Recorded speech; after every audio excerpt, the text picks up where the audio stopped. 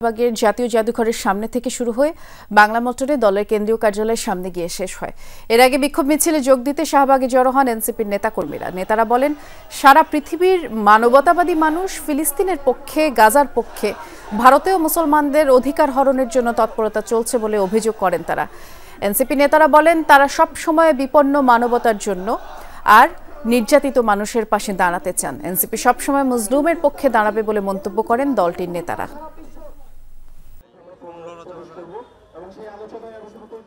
মা বাবারা তাদের বাচ্চা দাফন করছে হাত ছাড়া, পা ছাড়া, মাথা ছাড়া। এর থেকে বিভৎস, এর থেকে নৃশংস এই 2025 সালে এরকম একটা উন্নত বিশ্বে আর কি হতে পারে? আমি পশ্চিমা বিশ্বকে বলতে চাই, আপনাদের নারী অধিকার কোথায়? আপনাদের শিশু অধিকার কোথায়? আপনাদের মানবতা কোথায়? বাংলাদেশ রাষ্ট্রের হয়ে, বাংলাদেশ রাষ্ট্রের সামর্থ্য আছে, সেই সামর্থ্যের সর্বোচ্চটুকু দিয়ে আন্তর্জাতিক পর্যায়ে প্যালেস্টাইন রাষ্ট্রের পক্ষে তাদের ভয়েস, বাংলাদেশের ভয়েস অবশ্যই উঁচু করে তুলে ধরতে হবে। ফিলিস্তিনের গাজায় ইসরায়েলি বাহিনীর গণহত্যা এবং নির্বিচারে হামলা বন্ধের দাবিতে সোচ্চার হয়েছে দেশের আইনজীবী সমাজ। দুপুরে সুপ্রিম কোর্ট বার কাউন্সিল ভবনের সামনে গাজায় গণহত্যা বন্ধের দাবিতে মানববন্ধন, বিক্ষোভ করেছেন আইনজীবীরা। এ সময় তারা বলেন, গাজার নিরীহ মানুষের উপরে ইসরায়েলি বাহিনী যে গণহত্যা চালাচ্ছে তা কোনোভাবেই কাম্য নয়। তাদের হামলা থেকে নারী শিশুরাও রেহাই পাচ্ছে না। এমনকি হাসপাতাল, মসজিদে বোমা হামলা চালাচ্ছে বর্বর ইসরায়েল। চরম মানবাধিকার লঙ্ঘন এটি। আন্তর্জাতিক আইনে এই বর্বর বাহিনীর বিচারের দাবি জানান আইনজীবীরা। ইসরায়েলের বর্বর আগ্রাসন, গাজায় চলমান গণহত্যার বিরুদ্ধে সবাইকে রুখে দাঁড়ানোর আহ্বান জানিয়ে তারা বলেন, ইসরায়েলি সকল পণ্য বর্জন করতে হবে। আমি ঘৃণা জানাচ্ছি আপনাদের প্রতি। প্রতিটা শিশুর রূহ, তাদের প্রাণের যে আর্তনাদ, তাকে আমি আমার মধ্যে ধারণ করছি। গাজায় বর্বরতা বন্ধ করতে হবে, জেনোসাইড বন্ধ করতে হবে, ডিমোলিশন বন্ধ করতে হবে, ইভিকশন বন্ধ করতে হবে। পাশাপাশি ইসরায়েল নামক রাষ্ট্রের অস্তিত্ব শেষ করে দিতে হবে। এই মানবাধিকার অপরাধের সঙ্গে যারা জড়িত তাদেরকে অবিলম্বে আন্তর্জাতিক আইনে বিচার সহ আমি তাদের দৃষ্টান্তমূলক শাস্তি দাবি করছি। গাজা ইসরায়েলি আগ্রাসনের প্রতিবাদে দেশজুড়ে পালিত হচ্ছে নো ওয়ার্ক নো স্কুল কর্মসূচি। বিভিন্ন জেলায় সমাবেশে যোগ দেন সর্বস্তরের মানুষ। সকলের একটাই দাবি, ইসরায়েলি আগ্রাসন এখনই বন্ধ হোক, গড়ে উঠুক স্বাধীন ফিলিস্তিন।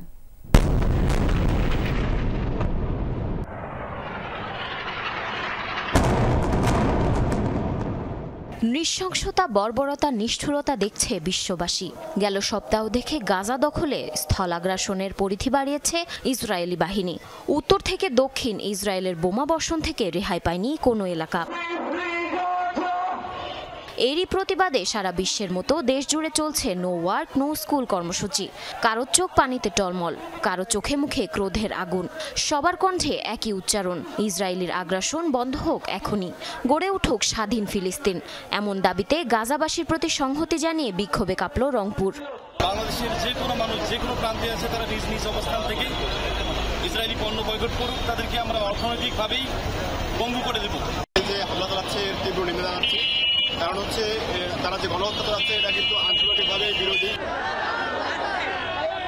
ক্লাস পরীক্ষা বর্জন করে ধর্মঘট পালন করছে বরিশালের শিক্ষা প্রতিষ্ঠানের শিক্ষার্থীরাও। গাজায় মুসলিমদের উপর হওয়া গণহত্যার বিচারের দাবি জানান তারা। একজন মুসলিম হিসেবে আমি মনে করি আজকের এই সমাবেশ প্রত্যেকটা মুসলমানের ইমানি দায়িত্ব। হৃদয়ে যে আমাদের রক্তক্ষরণ হইতে আছে, এটা আসলে আমাদের জন্য তো যুদ্ধ ফরজ হয়ে গেছে, জিহাদ ফরজ হয়ে গেছে। ফিলিস্তিনকে স্বাধীন রাষ্ট্র ঘোষণার দাবিতে গণজমায়েত হয়েছে কক্সবাজারে। কর্মসূচিতে যোগ দেয় বিভিন্ন স্কুল, কলেজ, মাদ্রাসা ও বিশ্ববিদ্যালয়ের শিক্ষার্থীরা। গাজাবাসীরা হলো আমাদের ভাই বোন, এদের প্রতি যে অন্যায়ভাবে জুলুম করা হচ্ছে, গণহত্যা চালা হচ্ছে, তো আমি তাদের দুঃখে দুঃখিত হয়ে আমি আর ঘরে বসে থাকতে পারলাম না। গাজায় ইসরায়েলের চলমান আগ্রাসন, নারী শিশুসহ হাজারো নিরীহ মানুষের হত্যা এবং মানবাধিকার লঙ্ঘনের প্রতিবাদ জানায় নাটোরের হাজারো মানুষ।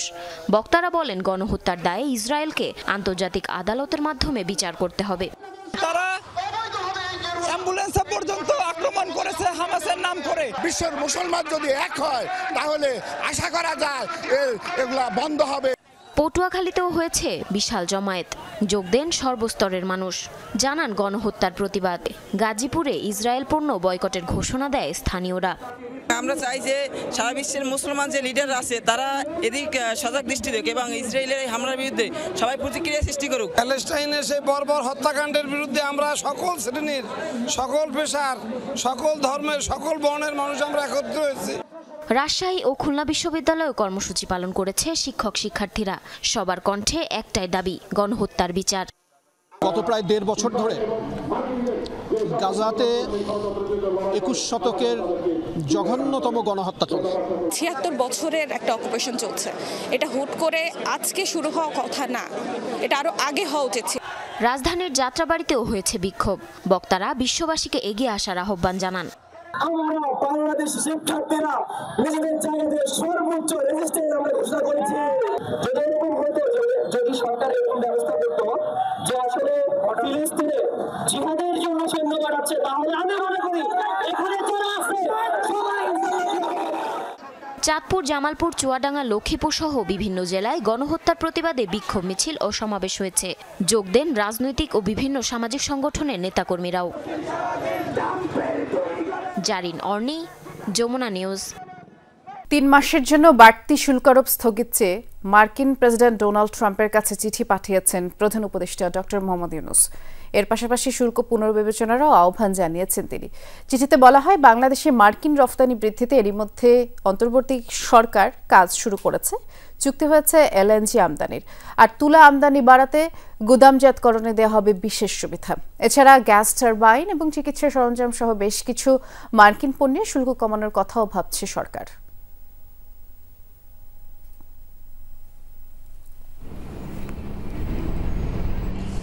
বিশ্বের বেশিরভাগ দেশের জন্য দ্বিগুণের বেশি শুল্ক আরোপ করেছে ডোনাল্ড ট্রাম্প।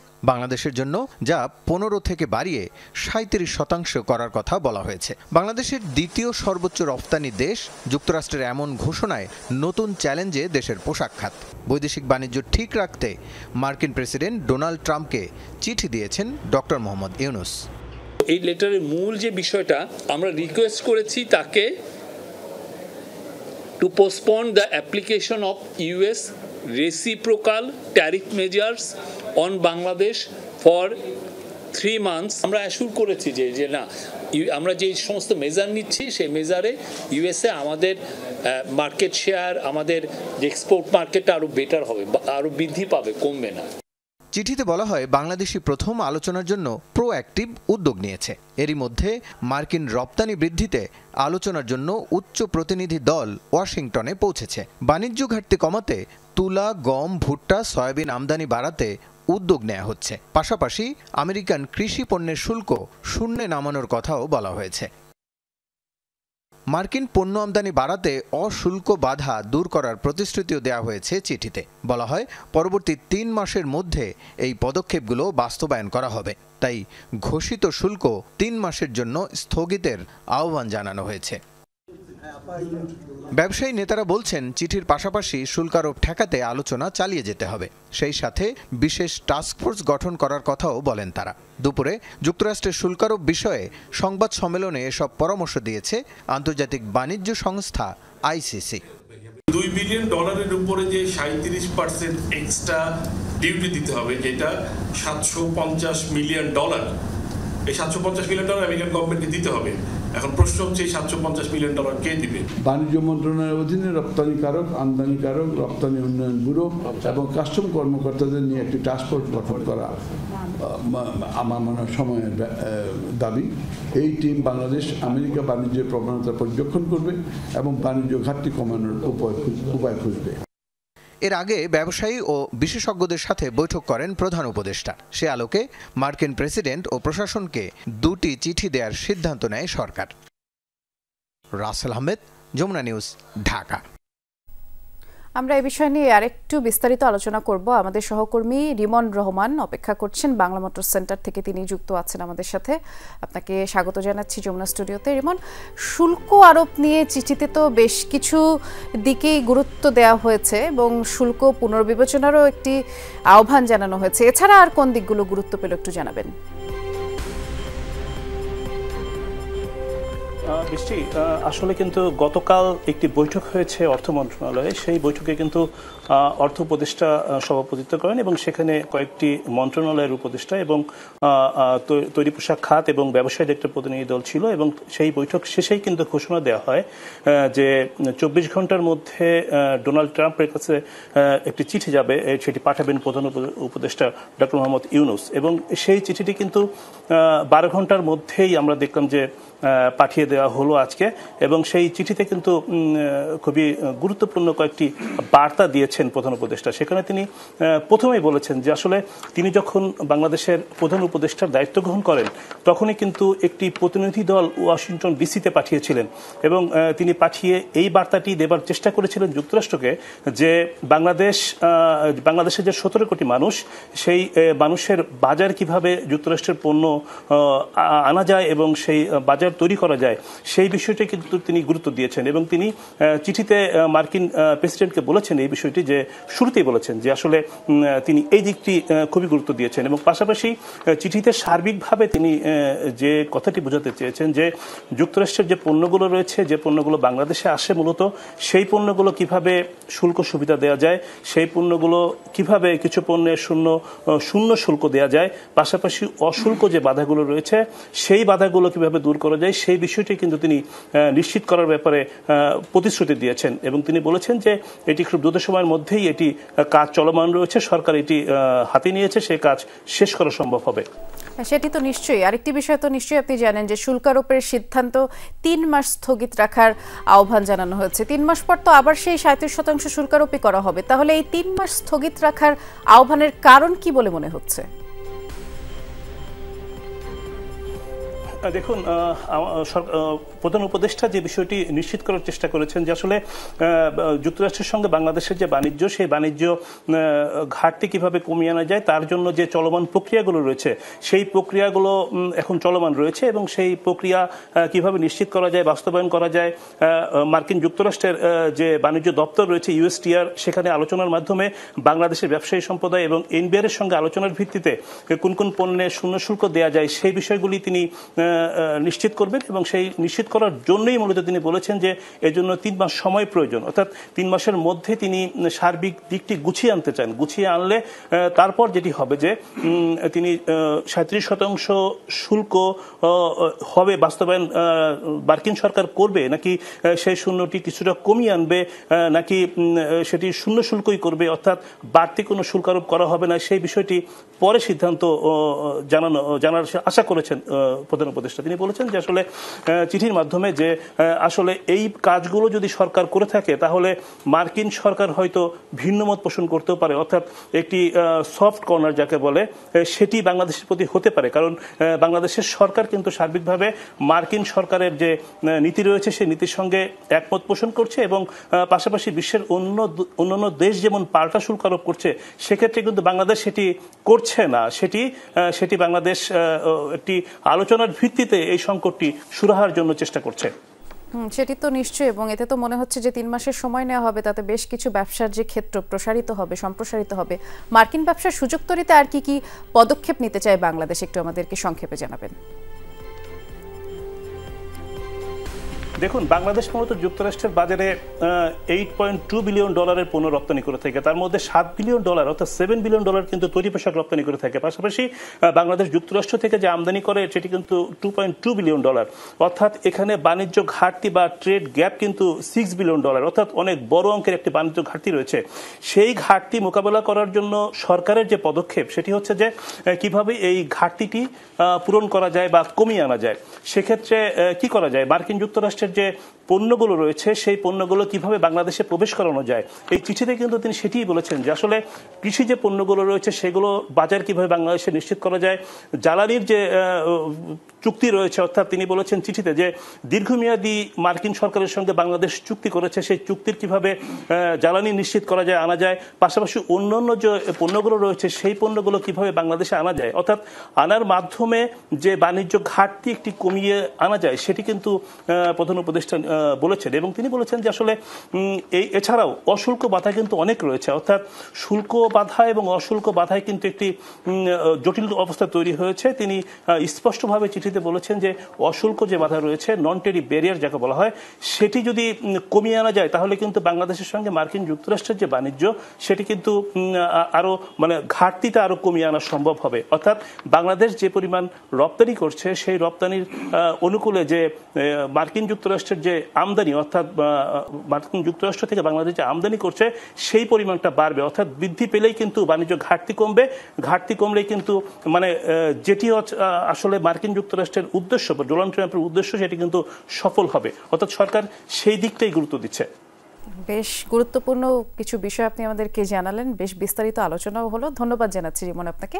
মার্কিন শুল্ক আরোপের প্রভাব এবং সংকট থেকে উত্তরণে বিশেষ টাস্ক ফোর্স গঠন করা দরকার। প্রেসিডেন্ট ডোনাল্ড ট্রাম্পের কাছে শুধু চিঠিই নয়, সার্বক্ষণিক যোগাযোগ রক্ষা করতে হবে। আর এক্ষেত্রে যুক্তরাষ্ট্রের পণ্য আমদানিতে শূন্য শুল্ক সুবিধা দিলেই সুফল মিলবে, বাড়বে যুক্তরাষ্ট্রের রপ্তানি। দুপুরে যুক্তরাষ্ট্রের শুল্ক আরোপ বিষয়ে সংবাদ সম্মেলনে এমন পরামর্শ দিয়েছে আন্তর্জাতিক বাণিজ্য সংস্থা আইসিসি। $2 বিলিয়ন উপরে যে 37% এক্সট্রা ডিউটি দিতে হবে, এটা $750 মিলিয়ন। এই $750 মিলিয়ন আমেরিকান গভর্নমেন্টকে দিতে হবে। এখন প্রশ্ন হচ্ছে এই $750 মিলিয়ন কে দিবে? বাণিজ্য মন্ত্রণালয়ের অধীনে রপ্তানিকারক, আমদানিকারক, রপ্তানি উন্নয়ন ব্যুরো এবং কাস্টম কর্মকর্তাদের নিয়ে একটি টাস্ক ফোর্স গঠন করা আমার মনে হয় সময়ের দাবি। এই টিম বাংলাদেশ আমেরিকা বাণিজ্যের প্রবণতা পর্যবেক্ষণ করবে এবং বাণিজ্য ঘাটতি কমানোর উপায় খুঁজবে। বিনিয়োগ পরিবেশ সহজ করতে কাজ চলছে। দেশি বিদেশি প্রতিষ্ঠানের মধ্যে সংযোগ স্থাপনে সহযোগিতা করছে সরকার, এমনকি দীর্ঘমেয়াদী ট্রেড লাইসেন্স ইস্যুর বিষয়টিও ভাবা হচ্ছে। বিনিয়োগ সম্মেলনের প্লেনারি সেশনে এমন তথ্য তুলে ধরেন বিনিয়োগ বোর্ডের নির্বাহী চেয়ারম্যান চৌধুরী আশিক মাহমুদ বিন হারুন। আর স্টার্টআপ উদ্যোক্তাদের সুখবর দিলেন governor doctor Ahsan H Mansur. বললেন, সহযোগিতা বিষয়ে সপ্তাহখানেকের মধ্যেই প্রজ্ঞাপন জারি করা হবে। বিদেশি বিনিয়োগের ক্ষেত্রে পুরনো ধ্যান ধারণা ভাঙতেই 4 দিনব্যাপী বাংলাদেশ বিনিয়োগ সম্মেলন।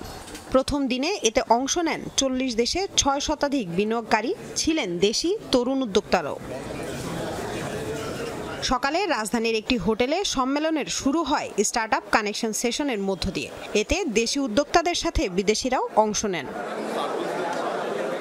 উদ্যোক্তাদের কাছে জানতে চাওয়া 2025-এর বিনিয়োগ সম্মেলন ঠিক কতটা গুরুত্বপূর্ণ তাদের কাছে। পানি রিলেটেড যা আছে তার নিজের টেকনোলজি হলো ডুবোটেক, যেটা বানাচ্ছে লাস্ট 7 বছর যাবত। এখন আমরা ইন্ডাস্ট্রিয়ালি বাংলাদেশে বিভিন্ন সংস্থাকে সাহায্য করতেছি আমাদের উপর দিয়ে। যে কোনো স্টার্টআপ চাইলে 1 ঘন্টার জন্য আমাদের অফিসটা ইউজ করতে পারবে, এছাড়া ডেইলি মান্থলি বেসিসে ইউজ করতে পারবে। আমরা গাড়িটি বানিয়েছি রাইড শেয়ারিং ড্রাইভার যারা আছেন বা যারা হচ্ছে ভাড়ায় চালিত গাড়ি হিসেবে চালান, তাদের জন্য বেশি টাকা ইনকাম করতে পারেন এই জন্য। স্টার্টআপ সেশন প্যানেল আলোচনায় বিডার নির্বাহী চেয়ারম্যান চৌধুরী আশিক মাহমুদ বলেন, ব্যবসা করার ক্ষেত্রে বেশ কিছু প্রতিবন্ধকতা রয়েছে। বিশেষ করে নতুন উদ্যোক্তাদের ট্রেড লাইসেন্স আটকে যায় সরকারি লাল ফিতার দৌরাত্মে। ভোগান্তি এড়াতে এককালীন ট্রেড লাইসেন্স নবায়নের বিষয়টি গুরুত্ব দিয়ে ভাবা হচ্ছে। বিনিয়োগ পরিবেশ সহজ করতে কাজ চলছে। দেশি বিদেশি প্রতিষ্ঠানের মধ্যে সংযোগ স্থাপনে সহযোগিতা করছে সরকার, এমনকি দীর্ঘমেয়াদী ট্রেড লাইসেন্সের ইস্যুর বিষয়টি ভাবা হচ্ছে। বাংলাদেশ ব্যাংকের গভর্নর জানান, নতুন উদ্যোক্তা তৈরিতে 8 থেকে 900 কোটি টাকার একটি স্টার্টআপ ফান্ড গঠন করা হয়েছে। খুব শীঘ্রই দেয়া হবে প্রজ্ঞাপন। স্টার্টআপের জন্য সহযোগিতার পরিবেশ নিশ্চিতে কাজ করছে বাংলাদেশ ব্যাংক। তরুণ উদ্যোক্তাদের বিশেষ সুবিধা দেওয়া হবে। আশা করছি সপ্তাহখানেকের মধ্যে এই বিষয়ে প্রজ্ঞাপন জারি করা হবে। প্রযুক্তিগত খরচ কমিয়ে আনা হবে। যারা এই বিষয়ে কাজ করছে তাদের পাশে থাকবে কেন্দ্রীয় ব্যাংক। স্টার্টআপ প্রকল্পে 900 কোটি টাকা ফান্ড গঠনের সিদ্ধান্ত নেওয়া হবে। প্রধান উপদেষ্টা তথ্য ও প্রযুক্তি বিষয়ক বিশেষ সহকারী ফায়েজ আহমেদ তৈয়ব বলেন, ইন্টারনেটের দাম আঞ্চলিক পর্যায়ে কমিয়ে আনার কাজ চলছে। ইন্টারনেটের দাম আঞ্চলিক পর্যায়ে কমিয়ে আনতে কাজ করছি আমরা। এছাড়া অন্তর্বর্তী সরকার কখনোই ইন্টারনেট বন্ধ করবে না। ভবিষ্যতে যারা ক্ষমতায় আসবেন তারাও যাতে ইন্টারনেট বন্ধ করতে না পারেন সে লক্ষ্যে কাজ করা হচ্ছে।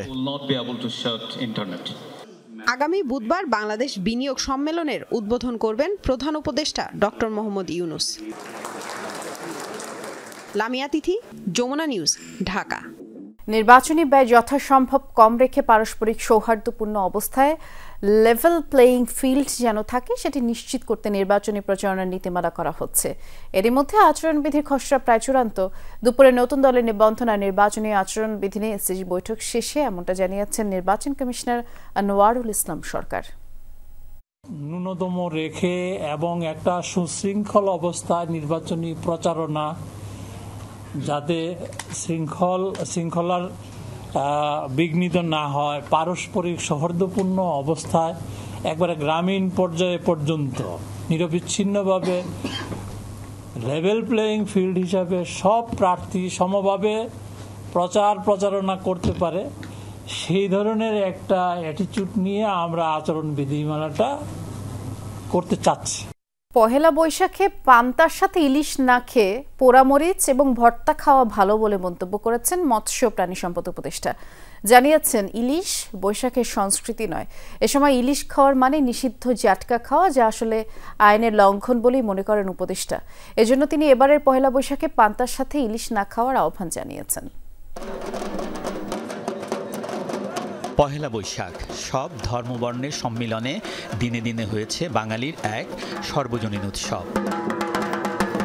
উদযাপনের এই উৎসবে ৮০-র দশকে যুক্ত হয়েছে পান্তার সাথে ইলিশ খাওয়ার রেওয়াজ। একে বৈশাখী রসনার আরোপিত সংস্কৃতি বলেছেন মৎস্য উপদেষ্টা। জানান, কিছু শহুরে মানুষ এই রেওয়াজ চালু করেছে, এর সাথে গ্রামের সম্পর্ক কম। আবার যে সময় উদযাপিত হয় বৈশাখ, সেই সময় জাটকা বা ছোট অবস্থায় থাকে ইলিশ।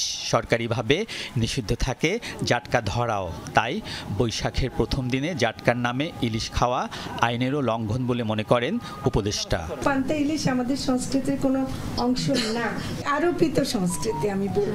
এটা মনে রাখতে হবে, পয়লা বৈশাখে যারা ইলিশ খাবেন তারা আসলে জাটকাই খাবেন এবং তারা আইনের লঙ্ঘন করছেন। তো কাজে এটা বাজারে পাওয়া যাওয়াটাও কিন্তু আইনের লঙ্ঘন হবে। এবারের পয়লা বৈশাখে পান্তার সাথে ইলিশ না খাওয়ার আহ্বান জানিয়েছেন উপদেষ্টা ফরিদা আক্তার। ঐতিহ্য রক্ষায় পরামর্শ দিয়েছেন পান্তার সাথে শাক, ভর্তা আর পোড়ামরিচ খাওয়ার। পয়লা বৈশাখের দিনে আপনি বাতাসা খান, আপনি মিষ্টি খান, দই চিড়া খান, ছাতুর শরবত খান, আর নর্মাল ভাত খাবেন। পান্তা ভাতের সাথে ভর্তাটাই বেশি ভালো, আর তার সাথে পোড়ামরিচ খান আরো ভালো। ইলিশ সাধারণ মানুষের ক্রয় ক্ষমতার নাগালে রাখতে সরকারের চেষ্টার কমতি নেই বলে দাবি করেছেন মৎস্য উপদেষ্টা। জাতীয় মাছ রক্ষায় মন্ত্রণালয়ের উদ্যোগে ৮ এপ্রিল থেকে শুরু হচ্ছে জাটকা সংরক্ষণ সপ্তাহ, চলবে ১৪ এপ্রিল পর্যন্ত। সাধারণ মানুষের নাগালের মধ্যে যেন থাকে। আলমগীর স্বপন, যমুনা নিউজ, ঢাকা। এ ছিল আজকে সব খবরের সব আপডেট। সাথে থাকার জন্য ধন্যবাদ।